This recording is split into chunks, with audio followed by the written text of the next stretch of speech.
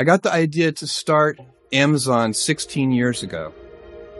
I was working at a financial firm in New York City with a bunch of very smart people, and I had a brilliant boss I much admired. I went to my boss and told him I was going to start a company selling books on the internet. He took me on a long walk in Central Park, listened carefully to me, and finally said, "That sounds like a really good idea, but it would be an even better idea for someone who didn't already have a good job." That logic made some sense to me, and he convinced me to think about it for 48 hours before making a final decision. After much consideration, I took the less safe path to follow my passion, and I'm proud of that choice.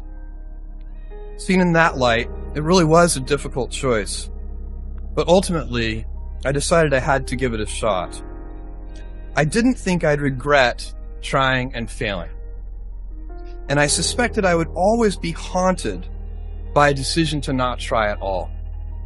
I believe in the power of wandering. All of my best decisions in business and in life have been made with heart, intuition, guts, not analysis. When you can make a decision with analysis, you should do so. But it turns out in life that your most important decisions are always made with instinct, intuition, taste, heart. I got the idea to start Amazon 16 years ago. I came across the fact that web usage was growing at 2,300% per year. I had never seen or heard of anything that grew that fast.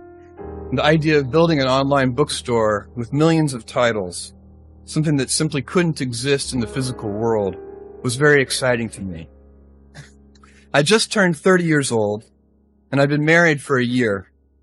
I told my wife, Mackenzie, that I wanted to quit my job and go do this crazy thing that probably wouldn't work, since most startups don't, and I wasn't sure what would happen after that.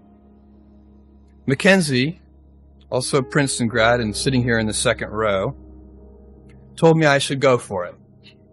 As a young boy, I'd been a garage inventor. I'd invented an automatic gate closer out of cement-filled tires, a solar cooker that didn't work very well out of an umbrella and aluminum foil, baking pan alarms to entrap my siblings. I'd always wanted to be an inventor, and she wanted me to follow my passion. Amazon started as a very small company. It was me and a few other people. I was driving all the packages to the post office myself in my 1987 Chevy Blazer. When I raised money for Amazon, I had to raise $1 million, which I raised from 22 different investors, $50,000 each. They got 20% of the company. 40 people told me no. So I had to take 60 meetings to get 20 yeses.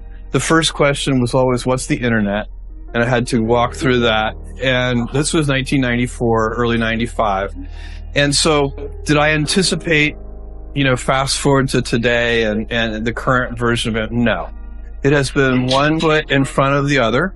And I think that is true for most businesses, where you kind of proceed adaptively, step by step. You figure it out. You have a success. And then you kind of double down on that success and you figure out what else you can do, what customers want. You cannot invent and pioneer if you cannot accept failure. To invent, you need to experiment. And if you know in advance that it's going to work, it is not an experiment. And so that's a very important thing. They are inseparable twins, failure and invention. And so you have to be willing to do that. And it's embarrassing to fail.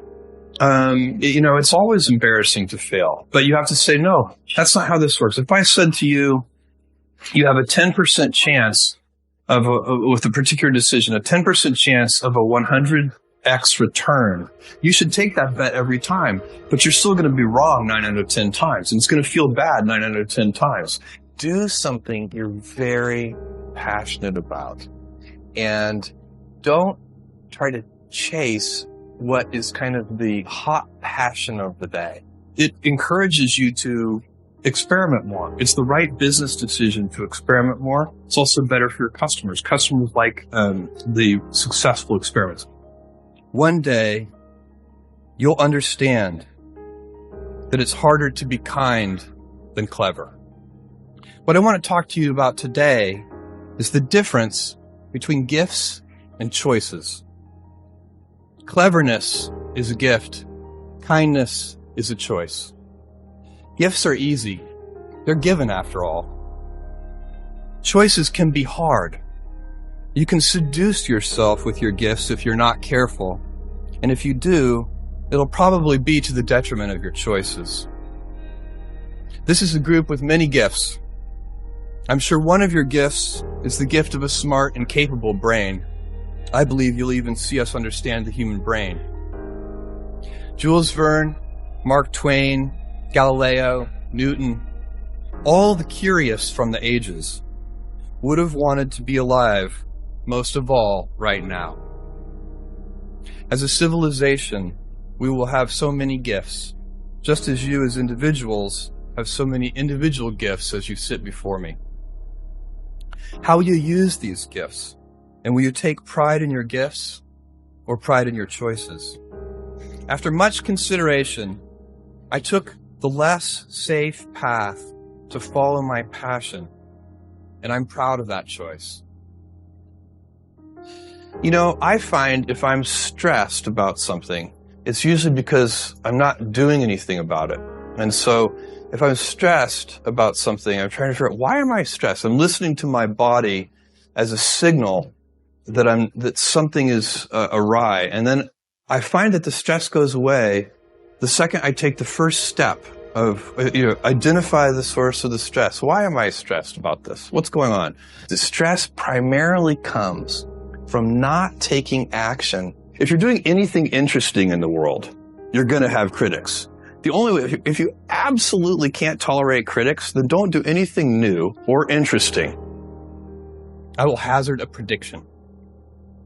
When you are 80 years old and in a quiet moment of reflection, narrating for only yourself the most personal version of your life story, the telling that will be most compact and meaningful will be the series of choices you have made. In the end, we are our choices. Build yourself a great story. Tomorrow, in a very real sense, your life, the life you author from scratch on your own, begins. How will you use your gifts? What choices will you make?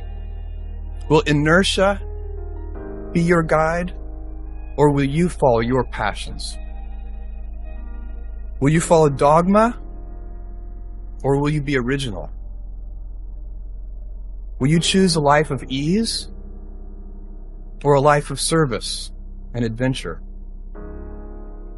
Will you wilt under criticism, or will you follow your convictions? Will you bluff it out when you're wrong, or will you apologize?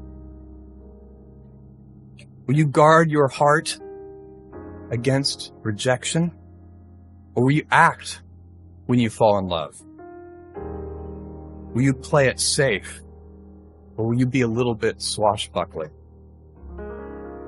When it's tough, will you give up, or will you be relentless? You know, we all have adversity in our lives. I doubt if you really, if you know somebody, any friend or anybody that you talk to, there's no lack of adversity. And by the way, that's good, because it's what teaches us how to get back up. You fall down, you get back up. It always happens. Will you be clever at the expense of others, or will you be kind? Thank you, and good luck.